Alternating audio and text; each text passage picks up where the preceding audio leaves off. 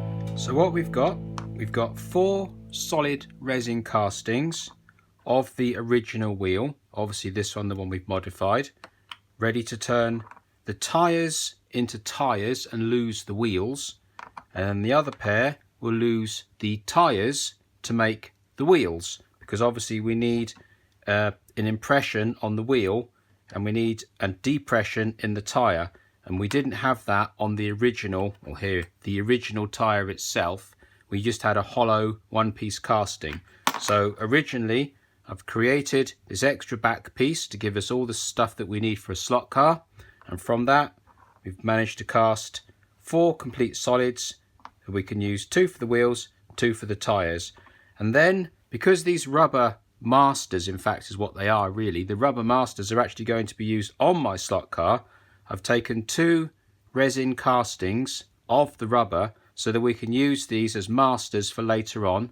So if we ever have to replace the rubber mould, because the originals will be on the car, I can use these resin castings as new masters. So we call these zero shrinks. So the original very first pull, which has got no shrinkage on it or anything, we call them zero shrinks. So there's a zero shrink set of resins for the tyre, and exactly the same with these main wheels here. These wheels are going straight back on the actual model itself, so I can't use those as masters. So I've taken a complete casting from the originals and created another what we call zero shrink for the masters. So these ones now are masters in case I need to replace the moulds if they wear out from when I'm making up new wheels or selling the wheels and tyres. The mould wears out, we've got those. So what we now need to do is get these resin wheels separated so that I've got 2 tyres and 2 wheels, and then they can go back into a mould as a tyre set and a wheel set, exactly the same as we've done over here for these ones here. So I'll have a tyre set and a wheel set made from these, and then once I've got that, I need to take 2 resin castings from the wheels and then machine out all the centres, pull out the centres of the original wheel and put that original centre into that resin casting, and then obviously we'll have the resin, the rubber tyres, same as these but in rubber, and they can go onto the new made rear wheels. Right, so let's get stuck into that lot.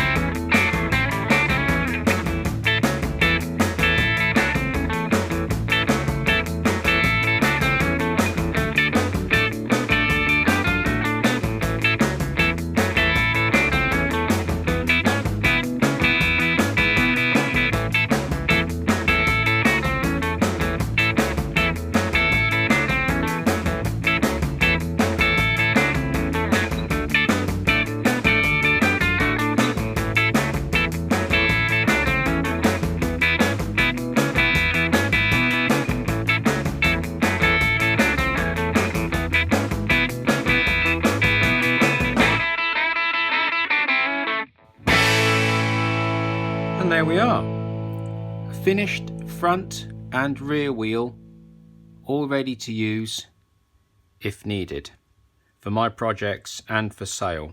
Now what I need to do for my own personal project in this build is cut this fascia off of the original plastic wheel, machine off the front of this remade wheel and let in this fascia into this wheel to keep the originality of my original kit. But obviously you can use these wheels exactly as they come out the mould, ready to go. The tyre is still curing at the moment, so I can't show you the tyre for a second, but when that's cured, I'll pop it on the rim and you'll see. I'll need the tyre for what I'm going to create here anyway. So let's get on and try and get this fascia off and try and let it into this new wheel.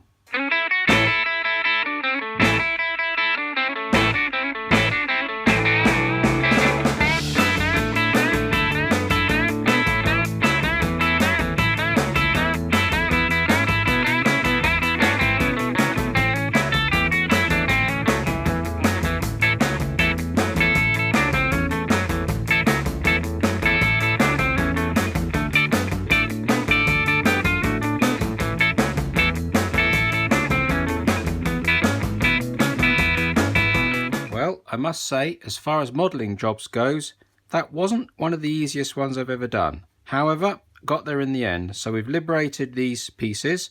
Turned out to be in about 4 different pieces. The silver cap, the inner red, the outer red and the white wall, all individual. But we've got them now. So now I need to machine the face of this off and get these in replace of them.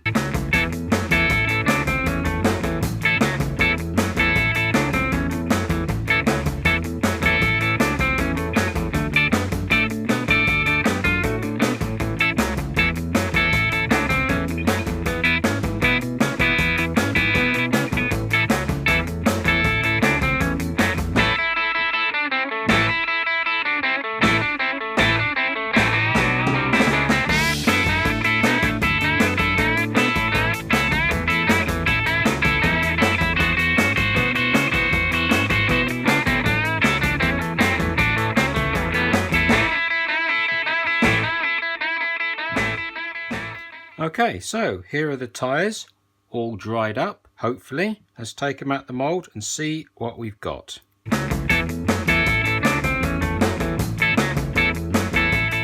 As you can see, they turned out rather well. Now let's get them all trimmed up and see if we can get them fitted on the wheels.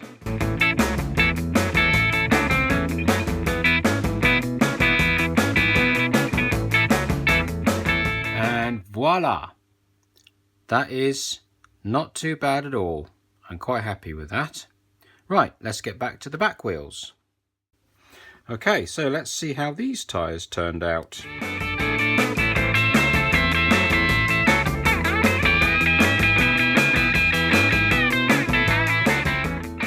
Oh, there you go. Look at that.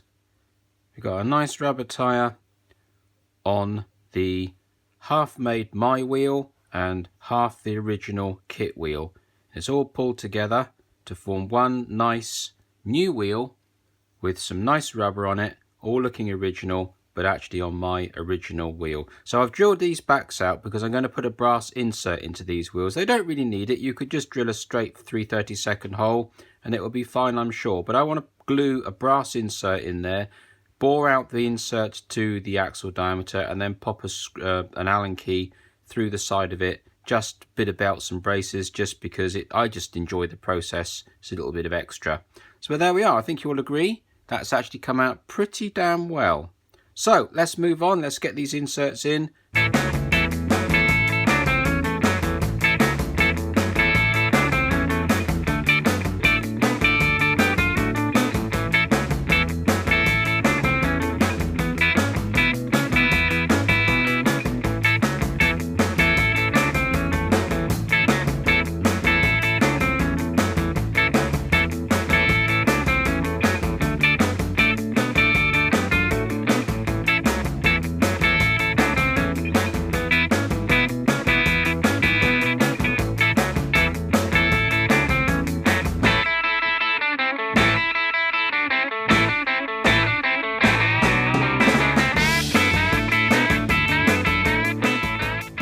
Okay, so while the inserts are gluing on these wheels, I'm going to get these front wheels on.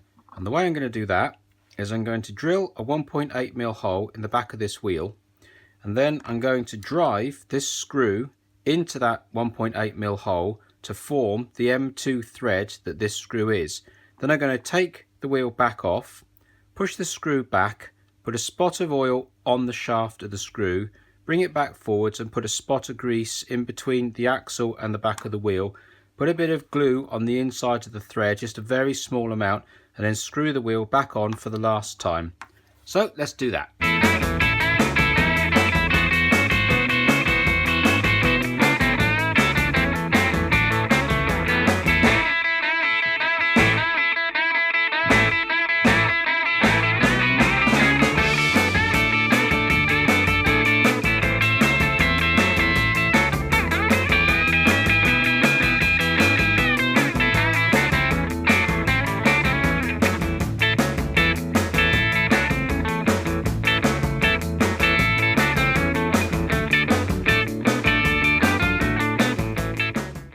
So there we are, front wheels all screwed on and are revolving very, very nicely.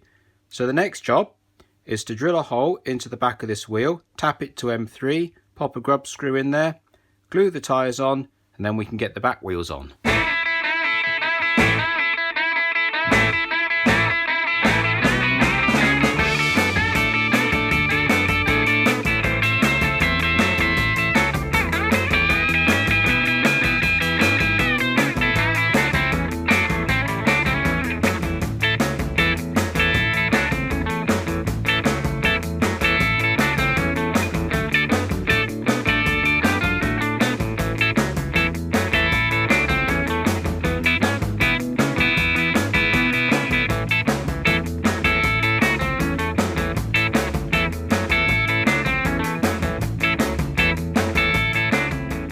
And there we are. So that's the back tyres finally all finished. It's quite a lot of work, but I think it's well worth it. They give exactly the same look as the original kit, whilst being fully functional as slot car wheels. So they're all bolted in now, clearing the body really nicely and looking pretty smart. So you know you must be doing something right when you can put the car back up on the setter plate after all this work, push the back tyres, and both front tyres turn at exactly the same rate, so nothing's twisted and out of line. So the next two jobs, in fact, is one is to fit this grille, and the next is to get the front guide all working. Now I'd like to give a shout out to two of my subscribers, Tony Tibbs, giving me the idea of putting magnets into the bottom of this radiator so I don't have to glue it down.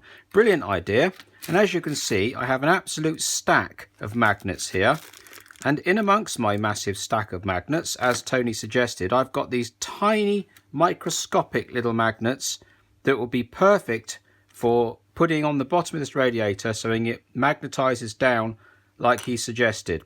And also a shout out to Ron Fast for suggesting that I could build a moon tank, which is a small fuel tank for dragsters that goes on the front of the car, and it would cover up this guide and look really, really smart. Now that's a brilliant idea, and I really was torn about doing it to this car, but I'm trying to stick to the originality of this exact kit. Although I love the idea of a moon tank, and I absolutely will be doing that on a future build, absolutely Ron, no doubt about it, so thank you for that tip.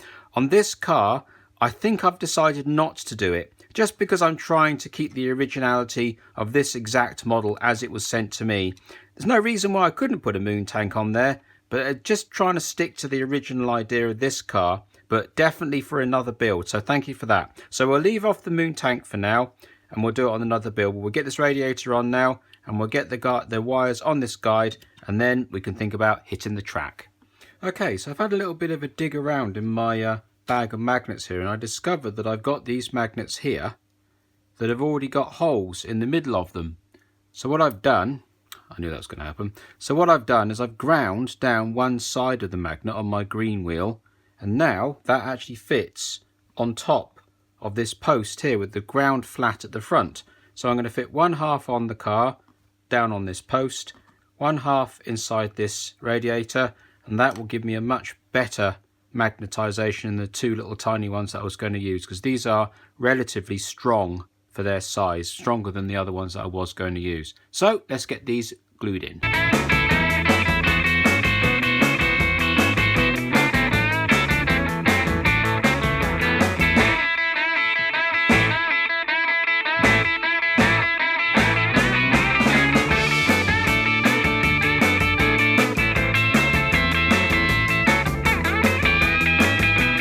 Okay, Okay, so that magnet idea worked really well. We got one magnet down there with its front ground away.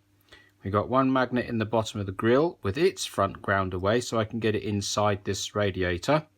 And when you put the two together, snaps together with a very reassuring snap, and it looks absolutely fantastic. So thank you, Tony. So I've managed to find myself a new problem now though, that being there is the screw that holds the front guide in, and there we are. So what's happening is it's dragging the front guide up, not allowing the magnet, the guides to drop. So what I'm going to have to do now is get one of these brass screws and then open up the hole inside the front guide so that we can screw the front guide on without being attracted to the magnet. So let's do that.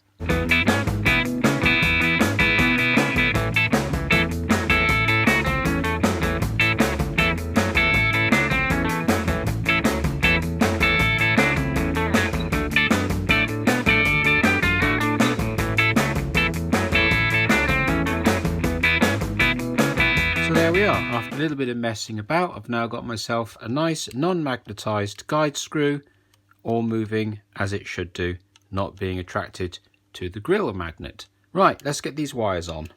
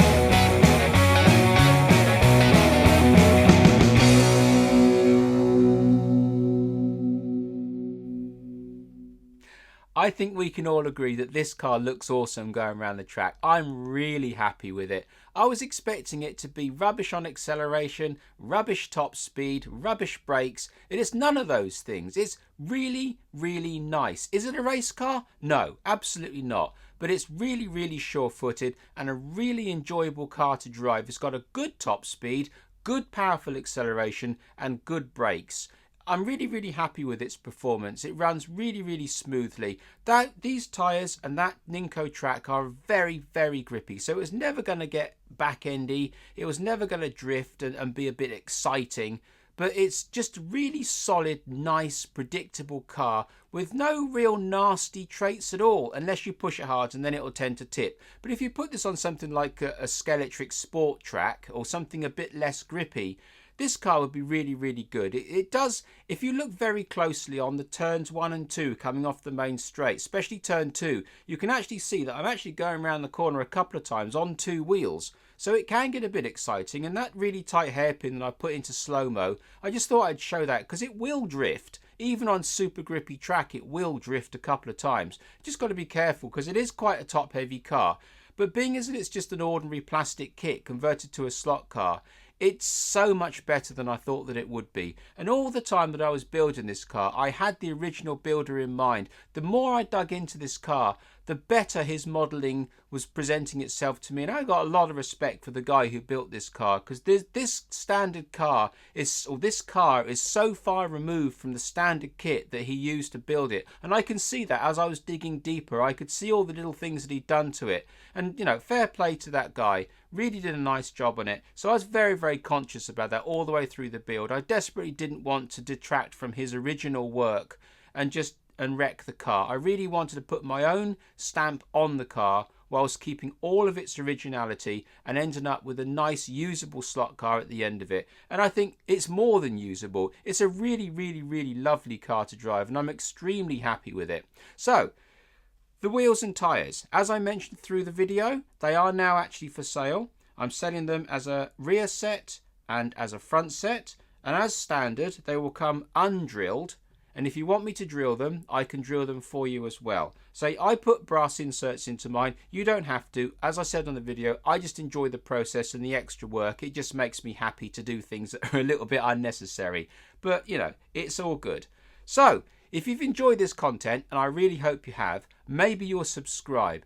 And if you hit the little bell button, that'll be awesome. So until the next time, thank you very much.